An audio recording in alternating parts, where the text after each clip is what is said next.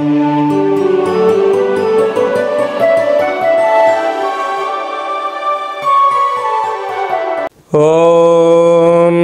నమః శివాయ. ఓం నమో నారాయణాయ. నరదృష్టి నివారణ కాళభైరవాయ నమో నమః. అక్షరతులాభార నవగ్రహ దేవతాభ్యో నమో నమః. హరి ఓం. మా ఛానల్కి స్వాగతం. చూస్తున్న వీక్షకులకు ప్రేక్షకులకు ప్రియ కాళభైరవ భగవద్బంధులకి స్వాగతం పలుకుతూ, సనాతన ధర్మ సంరక్షకులకు జ్యోతిష అభిమానులకు అందరికీ కూడా హోళికా పూర్ణిమ శుభాకాంక్షలు, అలాగా కొత్త అమావాస్య ఆశీస్సులు. ఎందుకనగా తెలుగు ఉగాది పండగ రావడానికి పాల్గొన మాసంలో శుద్ధ పూర్ణిమ, బహుళ అమావాస్యను ఇటు కొత్త అమావాస్య, కొత్త పూర్ణిమ అని చెప్పుకుంటూ ఉంటాం. కనుక ఈ రంగుల హోళీ కార్యక్రమంలో పాల్గొందాం, సంపూర్ణమైన సకల దేవతల ఆశీస్సులు పొందుదాం. 1/3/2025 నుండి 31/3/2025 వరకు పుట్టినటువంటి వారందరికీ కూడా ముందస్తుగా జన్మదిన శుభాకాంక్షలు. గతంలో వివాహం చేసుకున్న వారికి వివాహ వార్షికోత్సవ శుభాకాంక్షలు. ద్వాదశ రాశుల్లో గ్రహ గమనాన్ని ఒకసారి వీక్షింపచేద్దాం. వృషభ రాశిలో దేవగురు బృహస్పతి సంచార స్థితి, మిథున రాశిలో కుజ భగవానుడు సంచార స్థితి, కన్యరాశిలో కేతు భగవానుడు సంచార స్థితి, కుంభరాశిలో ఏడాది తర్వాత 30 సంవత్సరముల తర్వాత రవి భగవానుడు శని భగవానుడితో కలిపి సంచారం చేయడం. ఎందుకనగా శని భగవానుడు ఈ మార్చి ఆఖరికి మీనరాశిలోకి వెళ్ళిపోతున్నాడు. అంటే రవి శనులు మళ్ళీ అక్కడ తిరిగి కలవాలంటే 30 సంవత్సరముల సమయం పడుతుందని చెప్పి కూడా గమనించాలి. మీనరాశిలో బుధుడు, శుక్రుడు, రాహు సంచార స్థితితో ద్వాదశ రాశుల్లో గ్రహ గమనాలు ఈ విధంగా ఉన్నాయి. కుంభరాశి వారికి హోళికా పూర్ణిమ సందర్భంగా ఒకవైపు ఏళ్లనాటి శని మధ్యమ సంచార స్థితి జరుగుతున్న దోషాన్ని ఎలా తొలగించుకోవాలి, ఐశ్వర్యానికి ఎలా స్వాగతం పలకాలో ఈ వీడియోలో సవివరంగా సంపూర్ణంగా తెలుసుకుందాం. కుంభరాశిలో ఏ నక్షత్రాలు వస్తాయనగా ధనిష్ఠా నక్షత్రంలోని 3వ పాదం, 4వ పాదం, శతభిష నక్షత్రంలోని 4 పాదాలు, పూర్వభాద్ర నక్షత్రంలోని 1, 2, 3 పాదములు కలిపితే కుంభరాశి కూడా జరుగుతుంది. చాలామందికి పుట్టినటువంటి కాల సమయంలో డేటా బర్త్లో లేనటువంటి కారణం వలన పేరు యొక్క మొదటి అక్షరాన్ని అనుసరిస్తూ ఆ రాశిని తెలుసుకునే ప్రయత్నం చేద్దాం. గు, గే, గో, సా, సి, సు, సే, సో, ద అక్షరాల వాళ్ళందరూ కూడా కుంభరాశి జాతకులే. రాశిలోనే 30 సంవత్సరాల తర్వాత రవి భగవానుడు సంచరిస్తూ ఉండగా ఒకవైపు ఏళ్లనాటి శని మధ్యమ సంచార స్థితి చివరార్ధ రోజులుగా ఉండబడిన కాల సమయం, 2వ స్థానంలో త్రిగ్రహ కూటమి, మార్చి ఆఖరికి 2వ స్థానంలో షష్ఠగ్రహ కూటమి ప్రారంభం కాబోతుంది. కనుక కుంభరాశి వారికి అంతగా అనుకూలంగా లేదని చెప్పి గమనించగలగాలి. ఎందుకంటే 6 గ్రహాలు 2వ స్థానంలోకి రాబోతున్నాయి. రాశిలోనే రవిశనుల కలయిక. కనుక ఇలాంటి పరిస్థితి ఉన్నప్పుడు కొన్ని లక్షల వందల వీడియోలలో ఈ వీడియో మీరు చూస్తున్నారు అన్నట్లయితే నవగ్రహ అక్షర తులాభార సేవ మహోత్సవ కార్యక్రమంలో పాల్గొనే సమయం ఆసన్నమైంది అని చెప్పి మీరు గుర్తుపెట్టుకోగలగాలి. కేవలం నామాలను రాసి ఆదివారం పూట సూర్యగ్రహ తులాభారంలో, శనివారం రోజు శని భగవంతుడి యొక్క అక్షర తులాభారంలో పాల్గొనడం వల్ల గ్రహదోషం తొలగి రాశిలో 30 ఏళ్లలో తర్వాత మళ్ళీ ఇలాంటి పరిస్థితి ఉంటుంది. 2వ స్థానంలో ప్రస్తుతము త్రిగ్రహ కూటమి, రాబోయే కాలంలో షష్ఠగ్రహ కూటమి, ఏలనాటి శని యొక్క ప్రభావము, అదే కాకుండా అర్ధాష్టమ గురుడు, సంతాన స్థానంలో కుజ భగవానుడు, అష్టమంలో కేతు సంచార స్థితి, అంటే అంతగా అనుకూలంగా లేని పరిస్థితి ఉంది. కనుక వీలైనంత వరకు మీ జన్మ నక్షత్రం రోజున అష్టమి పూర్ణిమ తిథి యందున దూరావాయు జల ప్రయాణాలు పెట్టుకోవద్దు. ఏదైనా మాట్లాడేటప్పుడు ఆలోచించి మాట్లాడండి.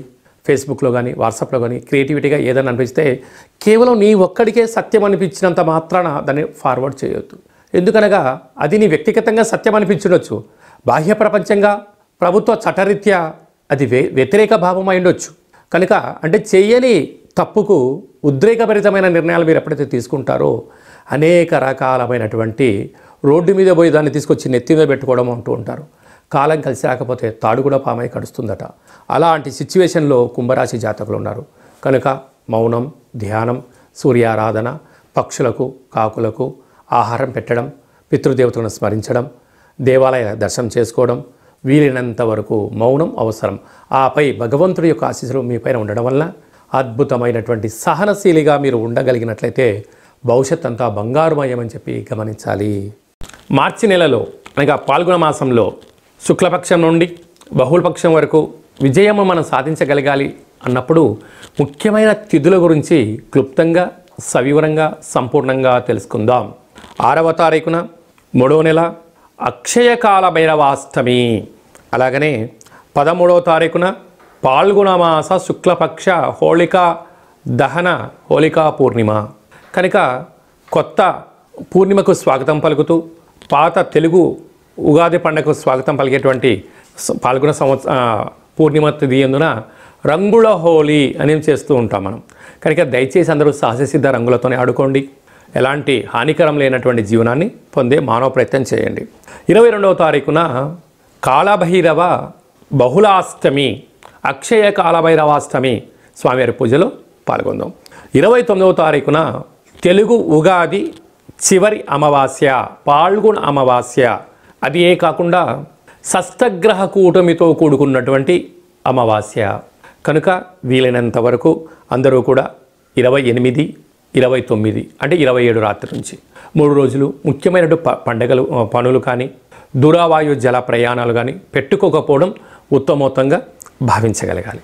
అది ఏ కాకుండా మనమందరము కూడా కొత్త సంవత్సరానికి మనం స్వాగతం పలకబోతున్నాం. కనుక వీలైనంత వరకు ఇంట్లో మనకు చాలా ప్రాంతాల్లో చాకలి వాళ్ళు ఉంటారు. వారికి అమావాస్యకు ఒక రోజుల ముందర కానీ వారిని భార్యాభర్తలను కూర్చోబెట్టి లేకుంటే అమ్మాయిని కూర్చోబెట్టి బొట్టు పెట్టి అమ్మాయికి చీరె సారె గాజులు ఇంట్లో పసుపుతో కూడుకున్నటువంటి పదార్థాన్ని వండి ఇంటి యజమానికి వాహనానికి కానీ ఫ్యాక్టరీకి కానీ దిష్టి తీసి వారికి చాకలి వాళ్ళకు ఇవ్వడం వలన చాలా అద్భుతమైన మంచి ఫలితాలు ఉంటాయి. అంటే చాకలి వారిని ఇంటి ఆడపిల్లతో సమానం అంటూ ఉంటాం. కనుక సంవత్సరపు చివరి అమావాస్య రోజున ఇలా చేయడం వలన ఈ గత సంవత్సరంలో అంటే ఈ సంవత్సరం అనుభవించే కష్టాలంతా కూడా పులి స్టాప్ పెట్టి నరదృష్టిని నివారించే ఏకైక ఒక మార్గంగా భావించగలగాలి. అలా కుదరకపోతే ఈ కింది నెంబర్ మీరు సంప్రదించినట్లయితే మన యొక్క కాళభైరవ స్వామి యొక్క దేవాలయంలో ఇలాంటి కార్యక్రమాన్ని ఆచరింపచేయడం జరుగుతుందని చెప్పి కూడా మీరు గమనించాలి.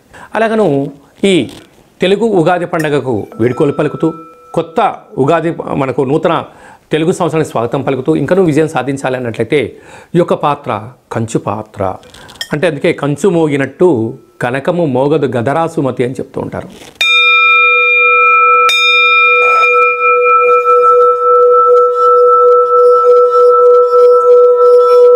ఇలా ఓంకార శబ్దాన్ని ఇంట్లో ఏర్పాటు చేయడం వలన సకల గ్రహ దోషాలు తొలగి గ్రహయోగం కలిగి మనం ఏదైతే అనుకుంటున్నామో అన్నింటా విజయం సాధించడానికి కాళభైరవ స్వామికి ఆశీస్సులు ఉంటాయని చెప్పి గమనించాలి.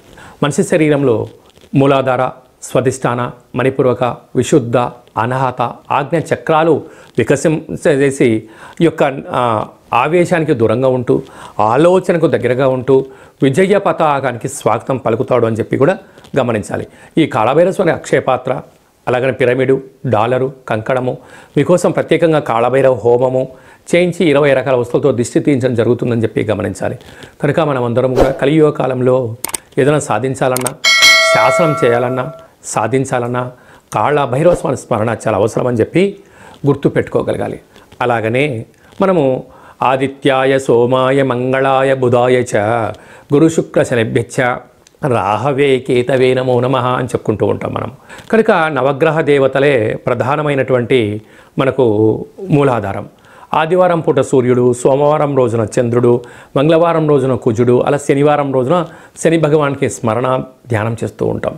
వారి యొక్క ఆశీస్సు మనం పొందడం కోసం ప్రతిరోజు ఒక 5 నిమిషాలు సూర్య నమస్కారం చేసిన తర్వాత ఆ యొక్క నామాలను ఒక 27 సార్లు రాయడం వలన ఆదివారం సూర్యగ్రహ దోషం ఉండబడిన వారు రాసి మాకు వాట్సాప్ పంపించడం, అంటే ఎవరికైనా రాయాలి అనుకుంటున్న వారందరికీ ఈ యొక్క పత్రాలను తమకి వాట్సాప్ ద్వారా కానీ కొరియర్ ద్వారా అందజేయడం జరుగుతుంది. ఆ నామాలను రాసి తిరిగి మాకు వాట్సాప్లో పంపిస్తే ఆదివారం రోజున రవిగ్రహ అక్షర తులాభార కార్యక్రమాన్ని ఏర్పాటు చేయడం జరిగింది. సోమవారం పూట చంద్రభగవానునికి అక్షర తులాభార కార్యక్రమం చేయడం జరుగుతుంటుంది. అలాగే శనివారం రోజున శని భగవానునికి మనం రాసినటువంటి నామ అక్షరాలతో అక్షర తులాభార మహోత్సవం ఏర్పాటు చేయడం జరిగింది.